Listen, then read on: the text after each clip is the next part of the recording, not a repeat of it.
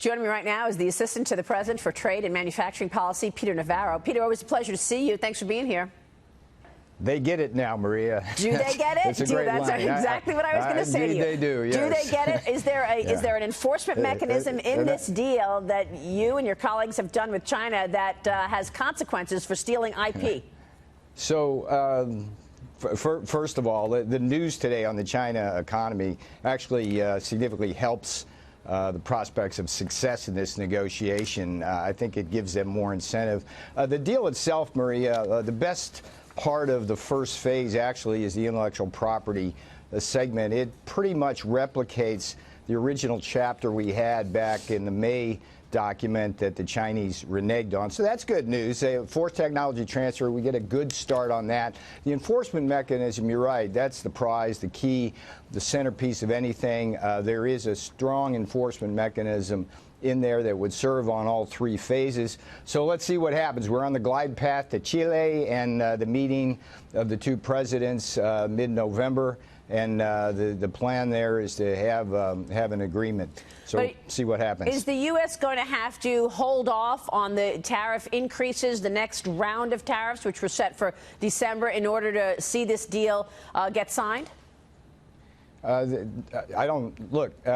held off on the October tariffs, so we were going to go from 25 to 30%. Let's see what happens. One of the president's favorite expressions. I think it's clear, Maria, that the tariffs are our best defense against the theft of our technology, but also the best insurance policy to have the Chinese come in good faith at the negotiating table. So let's see what happens. We got the best negotiators in the world in President Trump and Bob Lighthizer. Yeah. So I'm feeling good about that. And I'm feeling bullish today. I mean, we got Brexit. Yeah. We got the Turkey thing. Don't forget, that's really important. Yeah, well, I'm going to get to that. I'm just trying to understand what the U.S. got out of this phase one, because right after I feel like, it was announced that we had phase one of a deal, there were reports that Beijing was saying, we're not going to sign this at APEC unless we know that those increases and more tariffs that were set to go into effect later this year in December are taken off the table. So I think it's important to ignore the posturing and just look at what's on the table. Okay. And what's on the table is enforcement, intellectual property, forced technology transfer, currency manipulation, and this is big, particularly for the people who watch your show on Wall Street, full financial market access into China without joint ventures. So that's good news for the insurance and banking stocks, credit cards. So, I mean, look, this is a robust phase one package. Let's see what happens. You always have to be skeptical. I know Dagan is always skeptical about these things, and rightly so. But let's see what happens. I mean, there's something good in place now. I think China has gotten the message that they need to play fair with the rest of the world. Yeah, Donald Trump's the guy that's making them do that. The last time you had a deal was back in April or May, and the Chinese reneged because the hardliners, when the negotiator went back to China, the hardliners said, no, we're not doing this at all. So do you have any sense of what the hardliners are saying in China today after the visit? The Lighthizer rule, all negotiations behind closed doors. Lighthizer is engaged fully with the Chinese, both at the principal and deputies level. And I think those discussions are what matter, not what appears in either the People's Daily or the American press. So you think it's all let's posturing? Stay focused on the prize here. You think it's all posturing then? All right. Yes. We'll be watching that. Let me ask you about the General Motors strike, Peter. It stretches on. United Auto Workers staying off the job as they get ready to vote on a proposed contract, which would give higher pay to full-time workers, better terms for temporary ones if this deal goes through. 3 GM plants, including the one in Lordstown, Ohio, would close.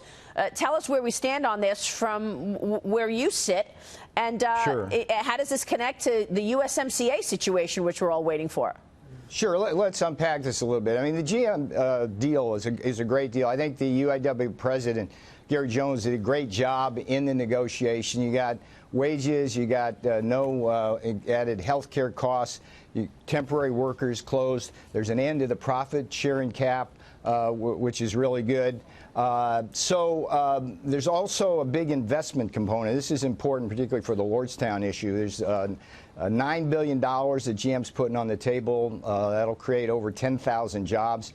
They're keeping Detroit Hamtramck open. That's a big plant to make electric trucks, and there's synergy with Lordstown because there's going to be a joint venture plant right on the Lordstown factory perimeter that's going to be building batteries for GM's electric move. So this is a great deal. The disappointment for me is the fact that the workers aren't back to work today pending ratification. That was a bit of a curveball. I think an unforced error because that hurts both the company and the workers, and it's not clear to me why that happened. But the workers, UAW workers, should love this. President Trump loves the auto industry. He's pledged to make sure that autos are built here in America with U.S. content. So he's fully behind this industry. Yeah, he definitely he loves the auto sector, but he also loves tariffs, right? Is he going to put tariffs on European autos coming into this country? Increase tariffs?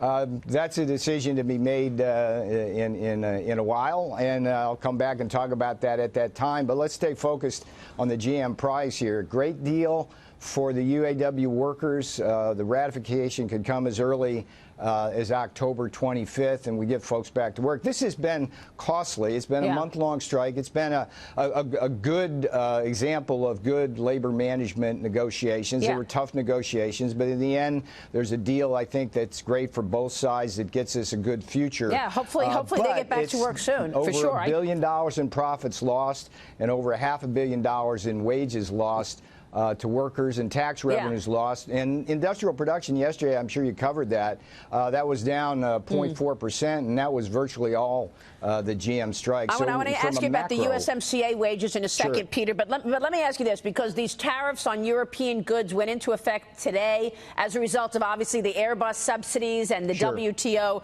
ruling. Are we going to see retaliation from Europe? What kind of a retaliation are you expecting? The Airbus tariffs was a result of a more than a decade-long suit that President Trump brought to fruition in Trump time. It's important to get Airbus to stop subsidizing so we can have our own air industry here. They can't retaliate under the rules of the World Trade Organization. Let me say that one more time. They cannot retaliate under the rules of the World Trade Organization. So don't let anybody today wave that flag. It's just not going to happen. Let me ask you about USMCA. How are you feeling? I mean, there seems to be some positive talk from some lawmakers on both sides of the aisle in terms of whether or not Nancy Pelosi brings the USMCA bill to the floor. And explain to us the mechanisms in that USMCA in terms of what U.S. workers will make versus workers in Mexico. Let's be clear, this USMCA deal in the near term is more important than the China deal. It's twice the trade, 5 times the exports. I'm very concerned right now about Nancy Pelosi's bringing this to the floor. The Democrats seem totally distracted by their own circus, and they're not taking care of the American people. They're not legislating at all. But having said that, I also have faith in Ambassador Lighthizer. He's working very closely with labor interests as well as folks on Capitol Hill to ensure that we have a strong enforcement mechanism. Remember, Maria, the whole point of the USMCA from a manufacturing point of view is to keep our auto industry here and our workers protected. So there's very strong provisions in there in terms of domestic content, wage and environmental issues. The USMCA, President Trump did his job. It's a great deal. Nancy Pelosi needs to do her job. That's just it. And you think it'll come to the floor before Thanksgiving? It has to. It should have come to the floor. It should come to the floor by the end of this month. End of this month. This should we're 2 weeks away, Peter. In 2 days. 2 days if Nancy Pelosi wanted to do it. So let's get it done. We'll be watching. You got 2 weeks left in the month. We'll see if she brings it to the floor in the next 2 weeks. Peter, it's always a pleasure to talk with you. Thank you so much. My pleasure, Maria. Peter Navarro joining us there.